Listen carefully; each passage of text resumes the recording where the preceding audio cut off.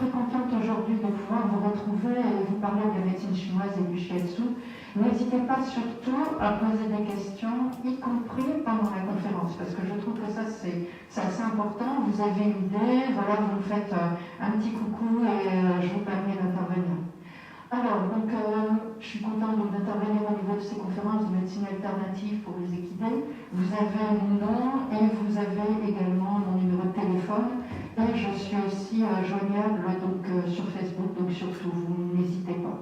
Voilà, on peut y aller. Voilà. Alors, le shiatsu, la médecine chinoise, un outil de santé globale. Cet outil de santé globale, je vais vous en parler un petit peu, il y a déjà 25 shiatsu, donc une bonne quinzaine de shiatsu, plus des shiatsu de bien-être, qui sont quelquefois intégrés ou pas. Donc déjà, vous voyez, au début c'est un petit peu compliqué. Ça fait partie de la médecine chinoise, et la base de la médecine chinoise, c'est la médecine indienne, c'est l'Ayurveda. Alors, donc bien entendu, ça a aussi donné l'ostéopathie aujourd'hui sur un des shiatsu que je pratique, mais nous ne faisons pas du tout le même travail, et bien au contraire, nous envoyons des clients aux ostéopathes parce que nous intervenons après. Pour vous donner le système global, nous allons jusqu'à l'acupuncture, et l'acupuncture, elle peut être pratiquée en cabinet vétérinaire ou sur prescription vétérinaire. Pourquoi un outil de santé globale ? Qu'est-ce que nous dit la médecine chinoise ? Elle nous dit que nous sommes intégrés au tout, que nous devons respecter Terre et le vivant, et que nous devons d'abord nous respecter nous. Comme les deux autres médecines alternatives que vous avez vues tout à l'heure, bien sûr vous avez des masseurs équins, mais vous avez aussi des masseurs kinés humains. Bien sûr vous avez des ostéopathes animaliers, mais bien sûr vous avez des ostéopathes humains. De la même façon, shiatsu médecine chinoise, vous l'avez également pour les humains. Voilà. Sachant que l'humain est un animal comme un autre. Santé de médecine globale, ça veut dire que nous avons à prendre soin de nous dans notre quotidien. Ça veut dire que notre première médecine, c'est notamment notre alimentation. Notre façon de vivre, notre façon d'appréhender la vie, notre mental dans notre façon d'appréhender la vie. Est-ce que l'on voit le verre à moitié plein ou est-ce que l'on voit le verre à moitié vide? Suivant la façon dont on appréhende la vie, nos pathologies vont être complètement différentes. On sait par exemple que se faire du mauvais sang, vous voyez, les traditions, se faire du mauvais sang, ça veut dire quoi? Ça veut dire qu'on a une façon inquiète d'appréhender la vie. Et quand on a l'impression d'en faire trop, qu'est-ce qui se passe? Eh bien, on en a plein le dos. Ces sagesses ancestrales, les médecines chinoises, la grande chance, c'est qu'il y a eu un empereur qui a demandé à ce qu'on puisse tout écrire. Mais dans le contrat par ici, on appelle ça le reboutage, et on appelle ça le reboutage ostéo. Ça veut dire quoi? Ça veut dire que dans le pays à nous, c'est une tradition orale, et surtout une tradition de pratique et de gestuelle. Et dans la médecine chinoise, ça a pu être transcrit. Donc, quand on se met à s'intéresser à la médecine chinoise, eh bien, nous avons des traités qui sont très anciens. Et bien sûr, un des principaux traités traite de cette alliance entre le corps, le mental, le psychique, et tout ce qui est cet émotionnel et comment nous allons gérer ça. Est-ce que déjà là, vous avez des choses qui vous surprennent ou pas? Parce que c'est vrai que quand on aborde la médecine chinoise, on parle aussi du bouddhisme, on parle aussi de Confucius, on parle aussi de qui on est sur Terre, quel est notre lien à la Terre, et donc là, quand on parle des chevaux, quel est notre lien avec les chevaux? Pourquoi est-ce que nous avons décidé de côtoyer cet animal sublime? Et qu'est-ce qu'il vient nous apporter dans notre vie? Et pourquoi on a choisi lui et pas un autre? Qu'est-ce qui fait qu'on a eu envie d'aller vers le cheval? Parce qu'il va nous faire progresser dans qui on est. Comprenez? Donc nous, quand on aborde la médecine chinoise, on se pose aussi tout ce questionnement-là. On ne regarde pas seulement l'environnement, s'il est bien nourri, on ne se pose pas ça. On se pose la question du lien du cheval dans sa nature profonde et aussi le lien du cheval avec les humains qui l'entourent. Et bien souvent, nous orientons les humains aussi vers des praticiens humains. Donc, des ostéopathes humains, des médecins, des psychologues, la médecine chinoise humaine. Est-ce que déjà vous avez des questions? Vous êtes tous comme ça, chaos? C'est bon? Un petit chaos technique? Oui. C'est un peu comme l'ostéopathie, c'est aussi un état d'esprit. Oui, tout à fait. Ben, c'est-à-dire qu'en fait, l'ostéopathie, elle a été écrite beaucoup plus récemment, comme disait Mathilde tout à l'heure, ça a été régulé et mis en forme, et les écoles sont beaucoup plus récentes. Là, on est sur quelque chose qui date de 5000 ans quand même. Voilà.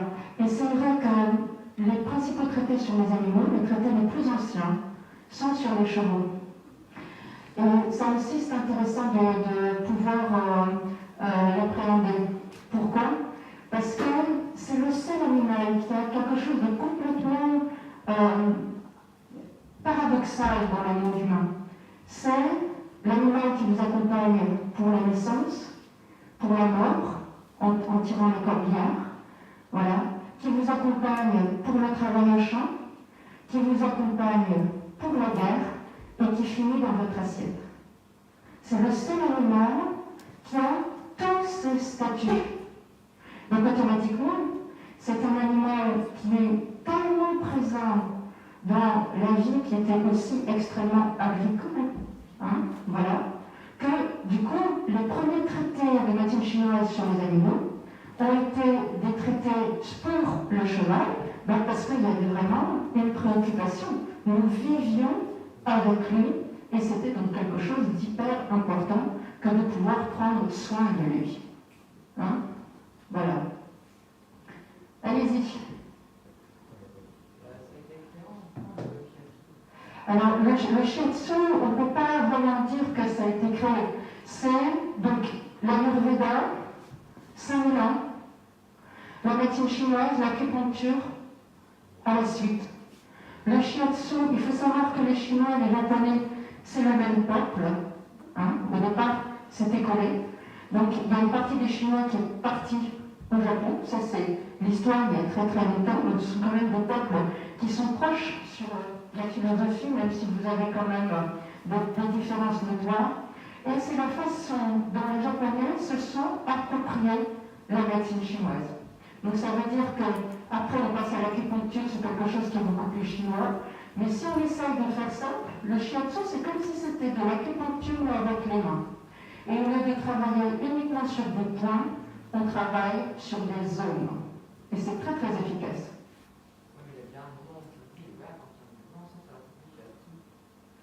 Ah, mais si vous voulez, alors déjà vous avez 15 grandes écoles de shiatsu, et ce sont des maîtres qui à un moment donné, il faut savoir que dans la dialectique de tout ce qui est une médecine chinoise et japonaise, le maître, c'est pas quelqu'un qui décide d'être maître. C'est quelqu'un dont on reconnaît tellement les savoirs et les compétences qu'à un moment donné, on lui demande de transmettre. Moi, par exemple, j'ai aussi une pratique de shiatsu qui date des années 1960. Donc, ce qu'il faut essayer de comprendre dans cette médecine, c'est qu'elle est complètement évolutive. Par exemple, aujourd'hui, tout ce qui est shiatsu et médecine chinoise intègre la connaissance des IRM, intègre le fait de savoir lire une radio, intègre le fait de savoir lire une prise de sang, et bien sûr, nous avons aussi une pharmacopée. Donc tout ce qui est pharmacie. Donc, quand on demande l'historique, le problème c'est qu'on est vachement moderne. On vit avec notre temps. Voilà. Même si c'est très ancien, les traités datent d'il y a très très très longtemps. Mais ils continuent d'évoluer. C'est une médecine totale qui couvre la totalité de la vie et qui couvre notamment concernant l'alimentation. Ça répond un petit peu? Hein? Voilà. Donc essayez d'aller vous y intéresser, vous allez voir, voilà, il y a des choses anciennes, mais il y a aussi des choses très très récentes. Hein? Et c'est ça qui est formidable.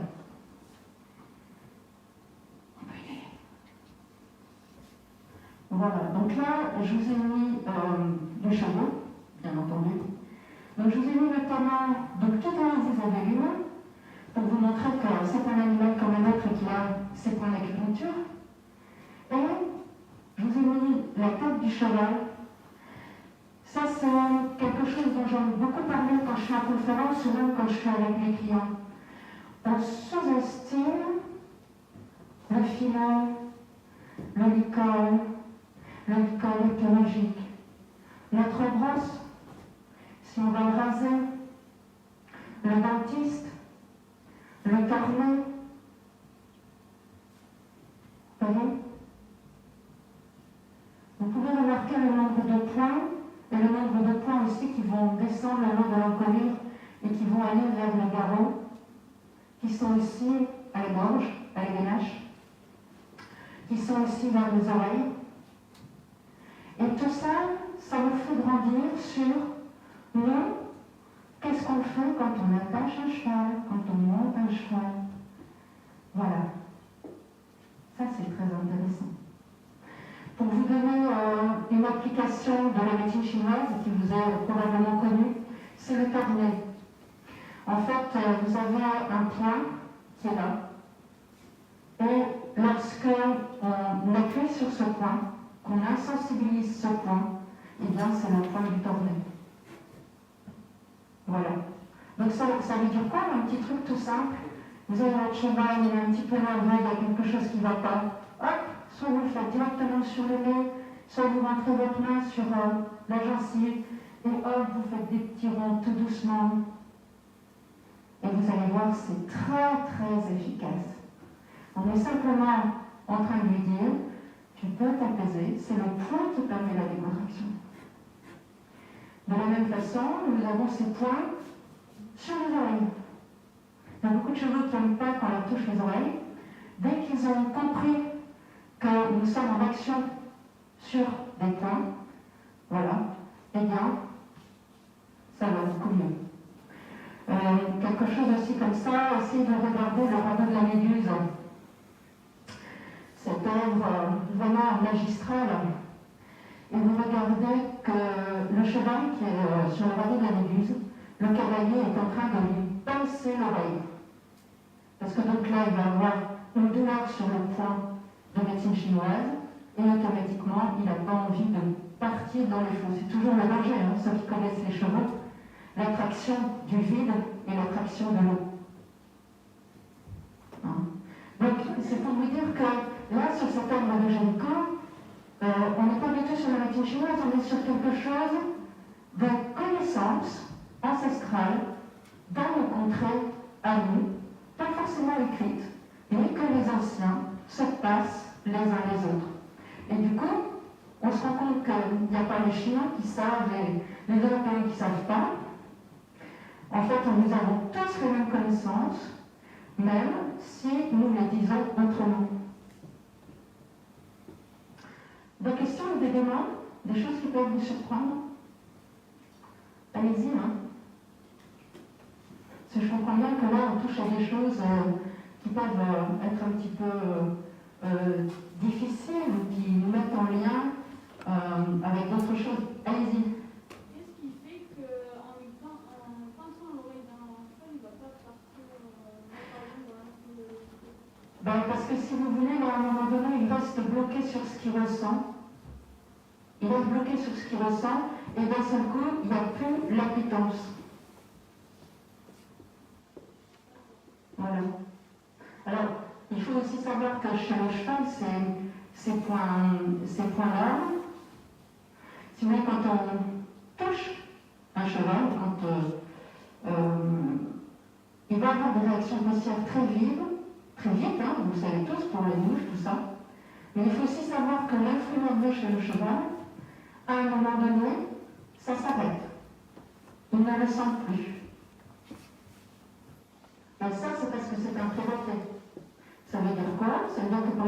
de se faire attaquer par un loup.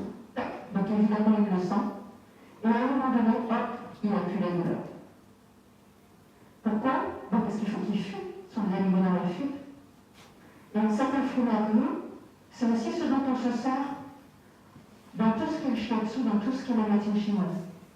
Donc automatiquement, quand on parle de point shiatsu, ça veut dire qu'on doit avoir conscience de les faire, et puis d'arrêter parce qu'ils sont encore en train de fonctionner, et en même temps, à un certain stade, ça ne sert à rien de les laisser, tout simplement parce que l'animal ne le sent plus. Donc du coup, on a énormément de légèreté dans notre façon de travailler, dans notre toucher, pour tenir compte de tout ça.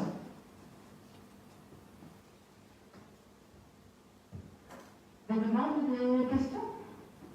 Non? Bon. Oui. Du coup, ça veut dire que chaque fois correspond à une action différente. À une? Si on touche, par exemple, un bras sur l'encolure, ça provoque quelque chose sur le face.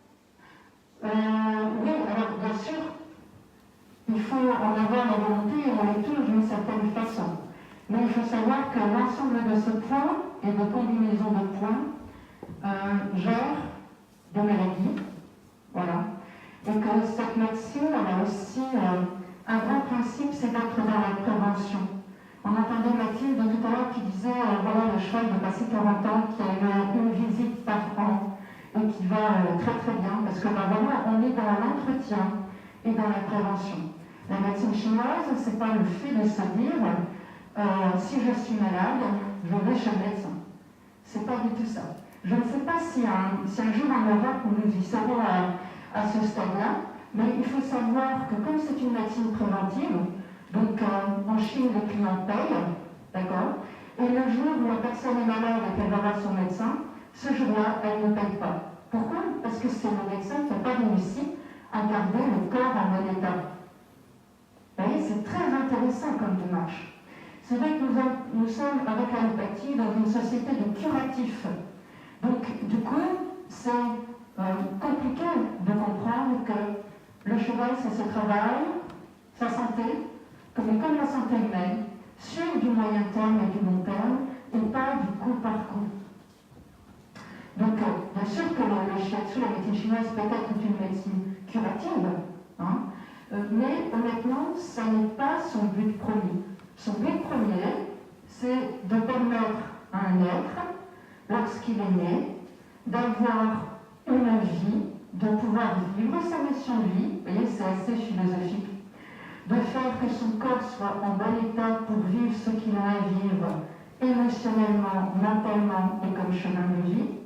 Et on va aller plus loin que ça, d'être guéri, sachant qu'en médecine chinoise, la guérison, c'est la mort. Donc, de pouvoir être libéré et de pouvoir continuer énergiquement sur d'autres plans de vie. Donc, vous voyez, la guérison, ce n'est pas la guérison sur Terre, ce n'est pas la survie, c'est pouvoir vivre son chemin et quand le chemin est fait, pouvoir quitter la Terre. Vous voyez? Dans ces temps troublés qu'on traverse actuellement, philosophiquement, c'est assez riche comme démarche. Des demandes ou des questions?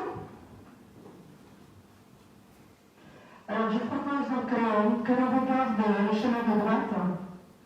Donc, ce que ça dit, c'est que les animaux sont liés, comme nous faisons partie d'un tout, nous également. Donc, bois, feu, terre, métal, eau. Ça, ce sont les grands éléments que nous pouvons retrouver sur Terre. Et ce sont les bases de la médecine chinoise. Ça veut donc dire que nous alimentons les différents systèmes, pas seulement au niveau des saisons, mais par nos humeurs. Les anciens disaient que les humeurs étaient liées au froid et pas au cœur, que le véritable cœur de l'être humain, c'était son foie. Au niveau de la médecine chinoise, il y a toujours quelque chose un peu en lien avec ça. Ce faire du mauvais sang, il y a quelque chose avec le foie. La colère, il y a quelque chose avec le foie. L'injustice, il y a quelque chose avec le foie. Voilà. Les ostéopathes en sont complètement témoins de ça. Et nous, on va rechercher la cause. Où est-ce qu'on trouve quelque chose d'injuste? Où est-ce qu'on trouve quelque chose de frustrant? Si on trouve cette cause, on va pouvoir aider l'animal, le cheval. Si on traite juste la conséquence ou l'état, eh bien on n'a pas résolu la cause, donc on n'a pas résolu le problème, donc on ne peut pas retrouver la santé. Vous voyez? Il y a un travail de fond, de moi, comment je vis ma condition de vie. Et ça, on le travaille pour l'animal également. Voilà pour vous expliquer un petit peu la façon de travailler. Et ces points sont situés sur des méridiens. Donc cette succession de points, elle s'aligne sur des méridiens. Alors, comme les ostéopathes vous l'expliquaient tout à l'heure, ils passent un examen pour avoir l'autorisation d'exercer. C'est en prévision pour le shiatsu, donc c'est bien.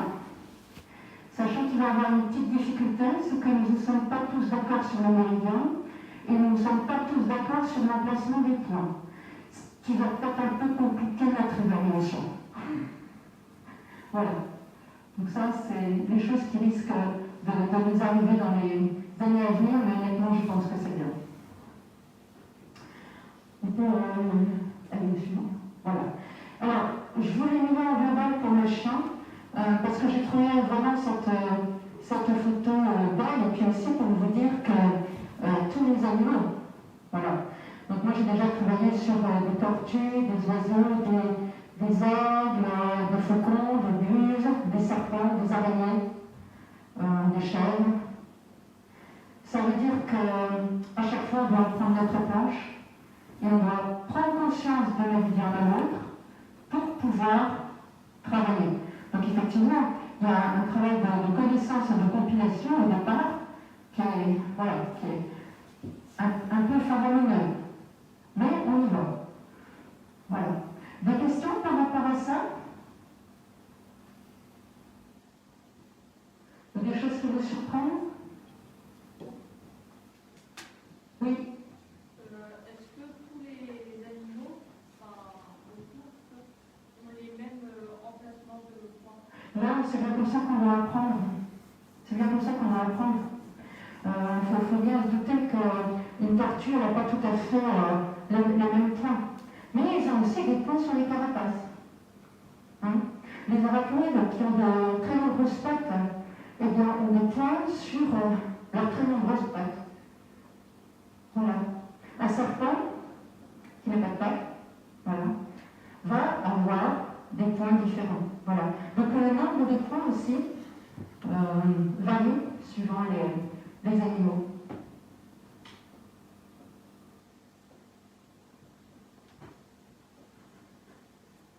D'autres questions? C'est bon? On reprend. Alors, donc là, vous me voyez en train de travailler. Donc, sur des équidés, donc y compris des ânes. On peut travailler par pression de zone ou pression de main. Et on peut aussi travailler vraiment à distance. Ça peut quelquefois sembler un peu particulier, mais vous avez une réforme du shiatsu qui est liée aux arts martiaux. Donc, avant, parce que maintenant c'est quand même un peu, comment je dirais, un peu changé au niveau des études, mais nous avions vraiment une obligation de pratiquer des arts martiaux, internes et externes. Et nos positions de travail sont liées à des positions d'arts martiaux. Pourquoi? Parce que nous travaillons énormément sur notre respiration et sur notre propre diaphragme. Il y a quelque chose aussi que Mathilde a dit tout à l'heure qui était important, c'était que nous devons, nous, être dans une forme de santé pour pouvoir travailler avec l'autre. Et comme nous avons des échanges énergétiques, nous devons bien entendu, nous, être assez, moi j'aime bien dire, le 0+. Hein. Le 0, c'est une neutralité, et le petit plus, c'est l'amour incommensurable. Ça veut dire que l'acte qu'on va porter vers l'autre, c'est un acte d'amour.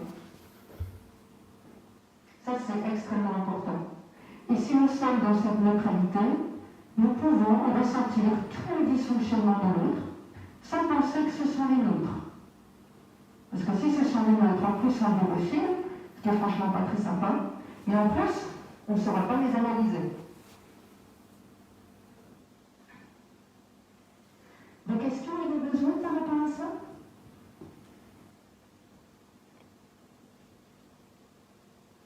Oui.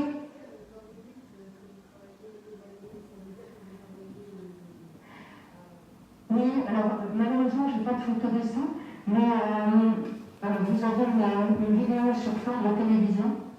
Vous voyez vraiment travailler à distance. On peut être entre 80 cm, 1,50 m et 2 mètres. Et nous sommes dans des conditions de karatéka.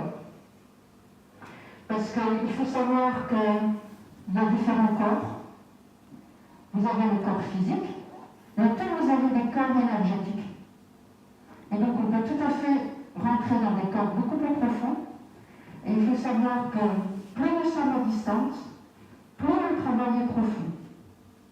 C'est notamment un travail sur ce qu'on appelle des crochets.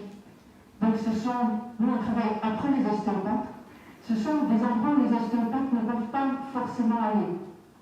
Ça veut dire que nous, par exemple, nous allons travailler sur une accroche du psoas. C'est vraiment à l'intérieur du corps. C'est inaccessible. Et nous allons y aller en direct, pas en indirect, comme vont le faire les ostéopathes. On va le faire en direct. Voilà. Donc c'est très, très, très complémentaire. Et on a renvoyé le client et nous en haut.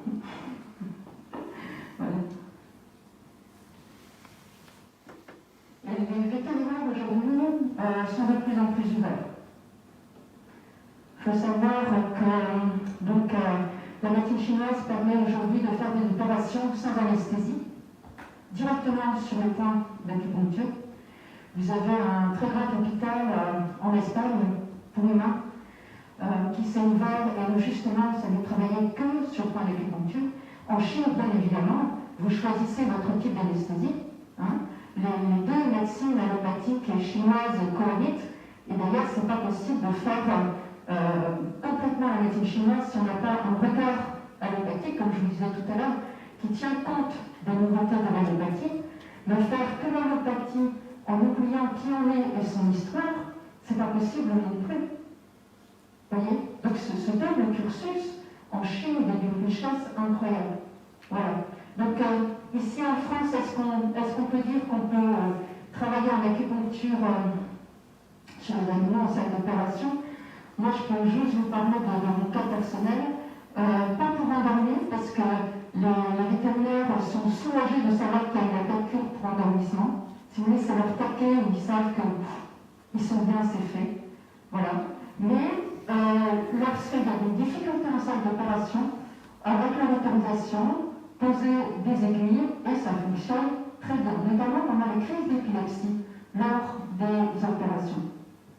Voilà. Et ça aussi, ça les fait grandir, mais nous, ça nous fait grandir aussi. Sachant, comme je vous l'ai dit tout à l'heure, que nous ne sommes pas une médecine d'urgence. Et là, la problématique dans ce cas-là, c'est que vous pensez bien que si on endort et on surveille une opération, nous sommes dans la prévention et dans un cycle normal de protocole. Sauf que là, nous intervenons sur des produits allopathiques et en plus dans un cadre d'urgence. Donc, on est beaucoup moins à l'aise quand on intervient sur un animal qui vit de partout en crise d'épilepsie, ça c'est clair. Mais c'est pour vous dire que c'est possible. Voilà. Et je pense que les choses vont continuer d'évoluer. Ne serait-ce que parce qu'on est dans une société aujourd'hui où on se pose quand même pas mal de questions sur l'allopathie, et c'est tout à fait légitime, et on se pose aussi sur la médecine traditionnelle, ça tombe bien, c'est légitime aussi, mais du coup, il y a quand même cette sensibilité des propriétaires aujourd'hui de se dire qu'ils veulent que leurs animaux aient une belle vie, une vie naturelle, prendre soin d'eux, et essayer de ne pas être trop dans l'allopathie, et d'avoir une nourriture équilibrée. Enfin voilà, on est là dans une mouvance. Je n'ai pas envie de dire bien, mais il y a quelque chose un peu comme ça. Ce qui fait qu'aujourd'hui, c'est beaucoup plus moderne et d'actualité. Et c'est vrai qu'une conférence sur le shiatsu à la médecine chinoise, il y a encore 10 ou 15 ans au lycée agricole, c'était tout simplement pas possible. On était carrément des ovnis. Des questions, des besoins? Oui. C'est quoi la différence entre shiatsu et puis acupuncture? Alors, le shiatsu ne fait pas d'acupuncture, dans le sens pose d'aiguille. Mais le shiatsu travaille sur l'état d'acupuncture et sur les zones. Donc, à la base, nous avons les mêmes traités. Au niveau de la législation, nous pouvons faire, donc le shiatsu est toléré, accepté, donc nous pouvons tout à fait pratiquer, soit sur prescription vétérinaire ou avec autorisation vétérinaire, ou même de nous-mêmes, parce qu'un propriétaire ou une écurie va nous le demander. Et bien évidemment, nous allons évaluer si c'est un cas vétérinaire, c'est à nous. Voilà. Et si c'est un cas ostéopathe, c'est à nous non plus. Voilà. Donc, on va bien entendu orienter vers le bon professionnel. Au niveau de la législation, sur l'acupuncture, en France, il faut avoir une prescription pour l'acupuncture. Donc, ce qui fait que je le fais en cabinet vétérinaire sur l'île, et par mes connaissances, je n'ai pas de domaine autre. Mais ce que je peux vous dire aussi par rapport à ça, c'est que travailler l'acupuncture, en fait, ça amène quelque chose au niveau du toucher et de la précision du toucher qui est complètement incroyable. Et donc, là, moi, ce que ça m'apporte, c'est pas forcément l'acupuncture. C'est que quand je suis dans le shiatsu, cette connaissance, cette spécialisation en acupuncture, elle nourrit complètement mon travail de shiatsu. Comprenez? C'est ça qu'il faut essayer de se dire. C'est qu'un outil, c'est pas forcément pour s'en servir. Rien que la connaissance et la pratique de cet outil, ça ouvre le cœur, ça ouvre l'esprit. Et donc, automatiquement, on grandit et on comprend mieux l'autre. Voilà. D'autres demandes? C'est bon? On va continuer. Voilà, donc là vous voyez aussi avec des chiens. Je voulais vous le montrer parce que dans notre pratique, on se met au niveau de l'animal. Donc, par rapport aux vétérinaires qui vont mettre un chien sur une table, nous on part du principe qu'un animal qui n'est pas souvent à hauteur, mais plus sur une table qui glisse, eh bien, il va faire comme nous, il fait ça. Mais là, qu'est-ce qu'on ressent, nous? Qu'est-ce qu'on va avoir comme ressenti sur le corps de l'autre? Donc nous, notre principe, c'est l'animal doit être dans son environnement, sur ses quatre pattes, voilà, si c'est un chien ou un cheval. Et du coup, là, nous pouvons vraiment être dans les ressentis. Donc c'est à nous de nous mettre en lien avec l'autre et de le respecter. Voilà, je trouve que ça, c'est assez intéressant aussi. Et puis, à gauche en haut, je vous ai mis une action qui, voilà, moi qui est chère à mon cœur et auquel Mathilde participe aussi. Donc cette année, nous n'avons pas pu le faire, mais normalement 2 fois par mois, nous allons travailler gratuitement pour les animaux de la rue, les animaux d'ASDF à Lille.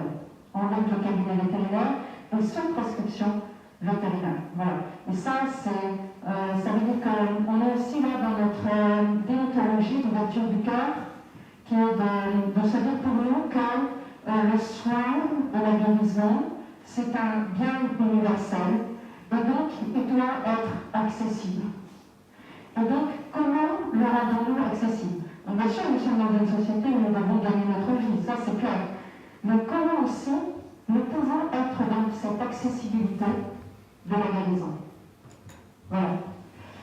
Et donc, on va les comptes rendus. Donc là, vous avez un des moments quand j'étais au travail. Voilà, donc après sa séance, et ben, en fait, il participe au compte rendu, il a tout son compte rendu. Donc on fait le compte rendu aussi en séance, enfin pour ma part. Hein. Et le compte rendu, bien sûr, peuvent être communiqués aux ostéopathes et aux vétérinaires. On est vraiment dans un travail d'équipe. Je trouve que ça aussi, c'est une des révélations de la médecine chinoise. Notre plus grand savoir, c'est de savoir qu'on ne sait pas. Donc il y a quelque chose de très humble sur la façon de pratiquer. Et donc nous avons un devoir et un rôle d'orientation.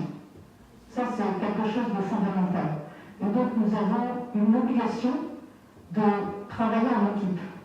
Mais cette obligation, c'est pas une obligation de déontologie. Parce qu'on est tellement dans l'amour incommensurable de l'autre que l'autre doit être dans la guérison. Donc si c'est pas nous, c'est qui? Et on ne peut pas laisser un propriétaire ou une écurie comme ça. Voilà, je trouve ça que c'est très intéressant aussi. Des questions, des besoins, des choses qui vous surprennent? Oui? Du coup, comment les personnes qui ne connaissent pas le signe réagissent? Qu'est-ce qu'ils pensent de ce que c'est? Qui m'appelle le bouche à oreille, le carnet d'adresse, les ostéopathes qui m'envoient des gens, les personnes en massage, beaucoup de bouche à oreille, hein. Beaucoup de bouche à oreille. Et puis après, comme disait Mathilde, effectivement, on peut avoir des sensibilités et des compétences, voilà. Mais pas forcément parce qu'on les a choisis, c'est pas ça. Mais aussi parce que tout au long de la carrière, assez bizarrement, on fait un cumul de certains corps, ça ne s'explique pas. Et du coup, j'ai pas envie de dire qu'on vient une spécialisation, mais à force d'avoir certains clients dans certaines pathologies, eh bien, on en vient à avoir élargi un champ de compétences là-dedans. Et puis après, ça se sait pour ce type de pathologie. Résultat, on vous appelle pour ce type de pathologie. Moi, j'ai envie de dire que le challenge d'une vie professionnelle, c'est comment on reste compétent sur la totalité de nos champs, et pas seulement parce que par le bouche à oreille, nous arrive tout le temps les mêmes pathologies. Voilà. Et puis, comment on reste dans cette compétence, et puis comment on continue d'apprendre. Et puis, voilà. Je pense qu'être dans le soin et être dans la guérison, c'est pas un métier qui est figé. C'est tout sauf ça. C'est un métier où le stage, les compétences, le travail avec les autres, le table ronde, enfin voilà, il y a quelque chose où on progresse ensemble.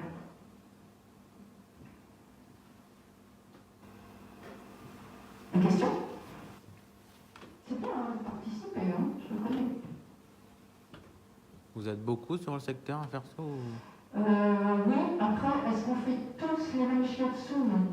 Donc du coup, on a vraiment des spécialisations différentes. Voilà. Il y en a par exemple qui font que les chiens. Voilà, parce qu'ils ont fait le choix, enfin leur école ne faisait pas forcément les choix, nous ils n'ont pas de, je ne sais pas comment dire ça, c'est pas une sensibilité par rapport au cheval, il ne faut quand même ne pas en avoir peur, je pense qu'il faut quand même dire les choses ouvertement. On peut avoir des petits chevaux, mais on va aussi avoir des chevaux de 500 kg ou d'une tonne.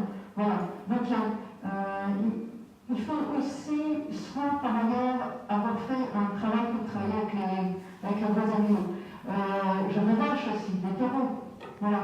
Donc c'est sûr que c'est pas tous les collègues qui vont faire des chèvres, des vaches, voilà. Et puis après, il faut pas oublier qu'en médecine chinoise, nous avons la pharmacopée. Donc la pharmacopée chinoise, mais aussi la pharmacopée de par ici. Et ça, il ne faut vraiment pas l'oublier. Donc on travaille avec les fleurs de bac, avec les huiles essentielles, avec les plantes qu'on trouve dans les pâtures. Nous avons aussi un très gros rôle de prévention par rapport aux plantes toxiques. Voilà, donc on est beaucoup aussi à expliquer ça, à parler des plantes toxiques, à parler des céréales, à parler du gluten. Voilà, enfin, on a vraiment un rôle alimentaire qui est important, de toutes espèces confondues. Hein?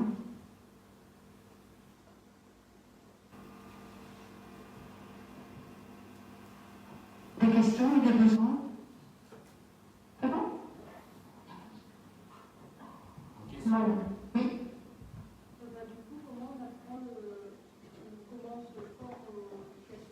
Voilà, donc vous avez plusieurs écoles en France qui sont à l'heure actuelle sur des formations, la plupart du temps de 3 ans. Moi, je me suis formée en Belgique, à l'époque où il n'y avait pas d'école. Donc en fait, c'était après l'époque de Mao Tse-tung, donc du coup, nous avions des maîtres, et ça se faisait tout en anglais, et qui venaient pour nous faire des séminaires complets. Il faut savoir qu'à l'époque, voilà, c'était pas très cool en Chine, hein, donc la famille restait là-bas, elle était prisonnière. Il laissait partir une seule personne. Hein. Et donc, on était complètement mis dans la philosophie chinoise et dans la philosophie japonaise. Ça veut dire travailler. Enfin, c'est vraiment des peuples où c'est travailler. Le travail sur soi, le travail sur l'humilité, le travail philosophique. Nous avions beaucoup de textes philosophiques à côté à travailler.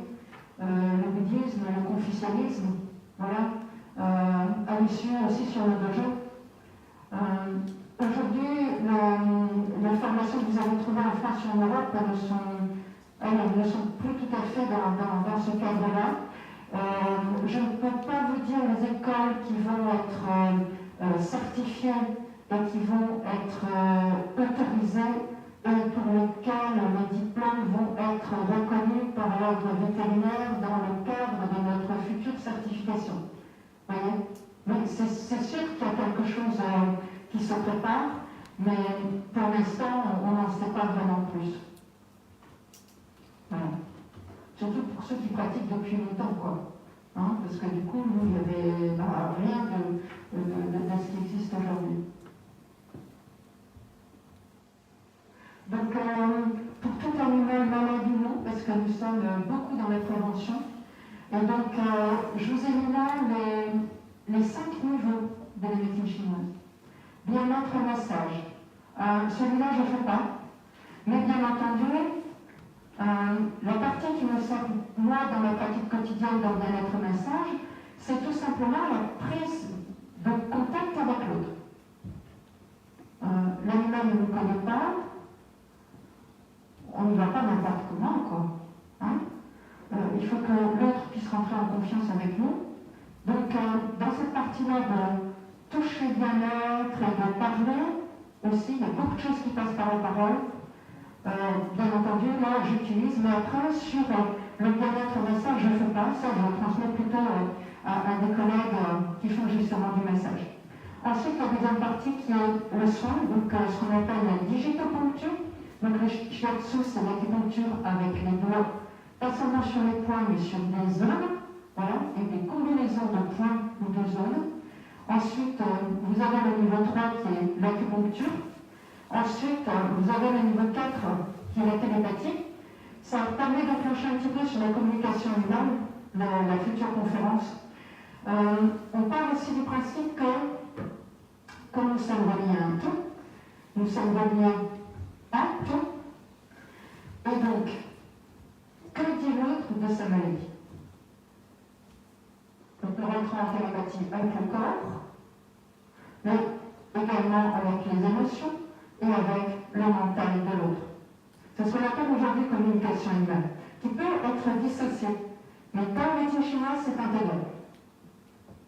Et ensuite, la médiation, bien sûr, avec l'animal, et dans cette médiation, il y a notre propre méditation. Ça veut dire l'autre, comment il accepte le soin. Parce que c'est bien gentil d'être là pour aller vers la guérison de l'autre ou vers le soin de l'autre.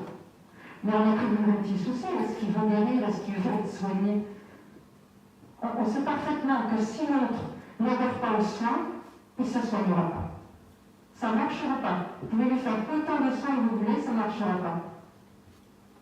Donc à un moment donné, on est quand même là pour faire passer à l'autre que ce qu'on va faire, c'est peut-être pas très sympa. Qu'il peut y avoir des douleurs. Vous voyez, l'ostéopathie, elle travaille pendant 3 semaines sur le corps. Nous, c'est pareil. Et ça fait aussi mal que l'ostéopathie. C'est pour que vous puissiez prendre conscience, quand vous allez voir un ostéopathe, que vous apercevoir qu'après, il y a quand même des petits signes. Hein, c'est pas forcément très sympa dans les jours qui suivent. Donc l'ostéopathie travaille sur le mental. La médecine chinoise, pareil. Donc du coup, il faut aussi pouvoir faire adhérer l'autre sur le fait que, même s'il y a des conséquences heureuses à moyen terme et à long terme, sur le coup, c'est pas forcément ce qu'il y a de plus sympa. Et comment on va y arriver à cette médiation? Parce que nous sommes dans notre propre méditation. Et médiation à nous aussi. Voilà. Donc ça veut dire que la méditation, elle nous fait grandir. Hein? Des questions par rapport à ça? Ou des besoins? Ou des choses qui vous surprennent, hein? Sur le fait que ça va bien plus loin que la santé. C'est un système global. Oui. C'est? Eh bien, ça veut dire, pour essayer de vous faire simple, qu'on entend des voix, quoi. Voilà, c'est ce qu'on va voir dans la communication humaine. Nous entendons des voix, mais nous avons aussi des ressentis émotionnels, des ressentis mentaux. On a aussi ce qui concerne les accidents de la vie de l'autre. Donc on sait ce qui s'est passé pendant l'accident. Si par exemple ils ont eu un accident de vol, ils nous le racontent. Et quand c'est une conséquence d'un accident de vol, ils nous le racontent. Et bien sûr, nous avons aussi le ressenti dans notre propre corps et aussi au niveau du goût et de l'odorat. En gros, nous avons la totale. Voilà. C'est pour vous dire que l'animal parle. Quelquefois, on se dit, être dans le soin de l'animal, il y a quelque chose de plus compliqué par rapport à l'humain, parce que l'humain va nous dire où il est mal. Oui, il faut aussi savoir qu'il va mentir. L'animal, il ne ment pas. Il va nous envoyer ses ressentis sans mensonge. Pardon? J'ai pas compris. Comme nous?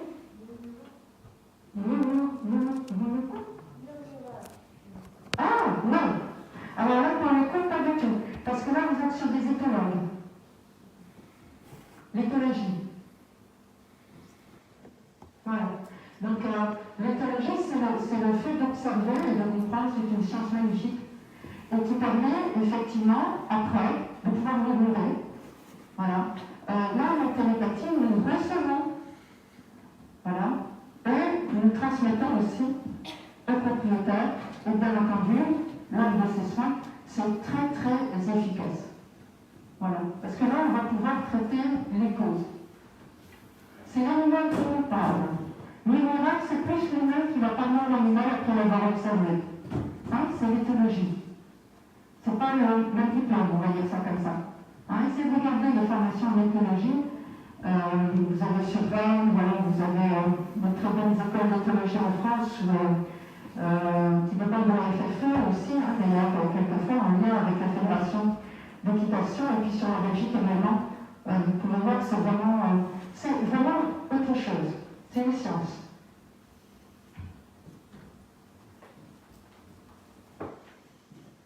D'autres choses? Non? Voilà, donc comment ça se passe? Eh bien, comme avec pas mal des professionnels, hein. Donc prise de rendez-vous, ça se passe 1 heure à peu près. Vous pouvez l'avoir en direct ou à distance, vu que je n'ai pas besoin d'être là. Donc du coup, là, avec le Covid, moi j'ai continué de travailler beaucoup à distance. C'est vrai qu'au départ, le client était assez surpris, mais de toute façon, comme l'héritage 3, et j'ai envie de dire que le Covid a aussi ouvert l'esprit des clients pour accepter le shiatsu à distance. Et du coup, comme une petite révolution que la Covid a permis, et les gens continuent d'être satisfaits des résultats. Et je trouve que c'est intéressant aussi. Mais de toute façon, j'ai toujours pratiqué à distance, vu qu'en plus j'ai une clientèle internationale. Donc, si vous voulez, il faut bien trouver des systèmes. Hein. Et puis, donc, on vient un compte rendu, voilà, qui peut aller pour les professionnels. C'est bon pour vous?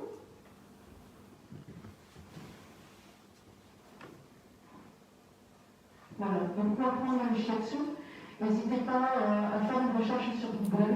Mais comme je vous disais, je ne sais pas les écoles qui vont être certifiées, homologuées, et qui donc ensuite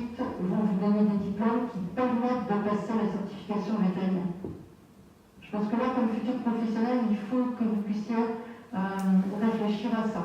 Hein, de la même façon que Paul Mathilde, dont vous parlez des écoles d'ostéopathie tout à l'heure, elle nous disait qu'il y a plus d'écoles que la dizaine dont elle parle, mais la dizaine, c'est ceux qui ont le diplôme reconnu qui permet de passer la certification. Vous voyez, donc il faut y réfléchir dans cet ordre-là. Hein.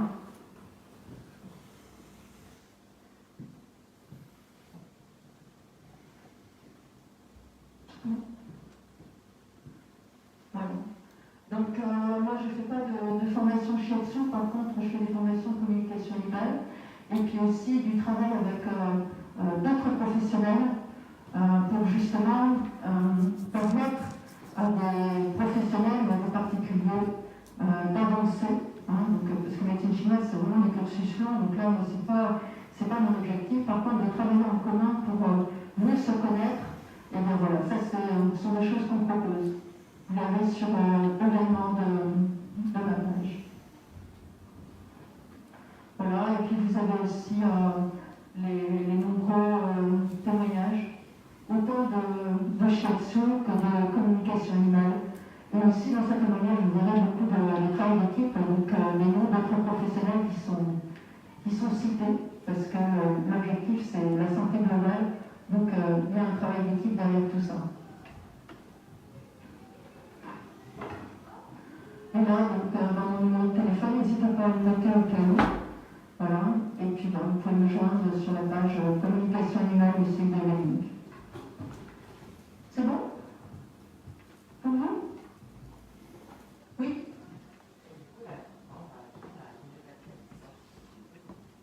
La télépathie? Ah bah, elle se fait qu'à distance, de toute façon, la télépathie. C'est le but de la télépathie, d'ailleurs. Vu que c'est un travail, c'est une communication d'âme à âme. Oui, mais par contre, on ne peut pas. La télépathie, ça peut être la. Ben, c'est tout le but de la télépathie, d'ailleurs. Ah oui, oui, oui. Vu qu'on travaille avec les êtres vivants, mais avec les êtres décédés également, en médiumnité. Donc, on va dire que c'est à distance, on ne peut pas revenir les morts, hein, vous voyez ce que je veux dire. Donc, on n'a pas d'espace-temps et on n'a pas d'espace de vie. Hein. Donc c'est vrai que c'est un petit peu compliqué à comprendre, mais il faut savoir que les choses sont les unes à côté des autres et on n'a pas de distance, ni d'espace-temps. Hein. On va voir tout ça dans la communication animale.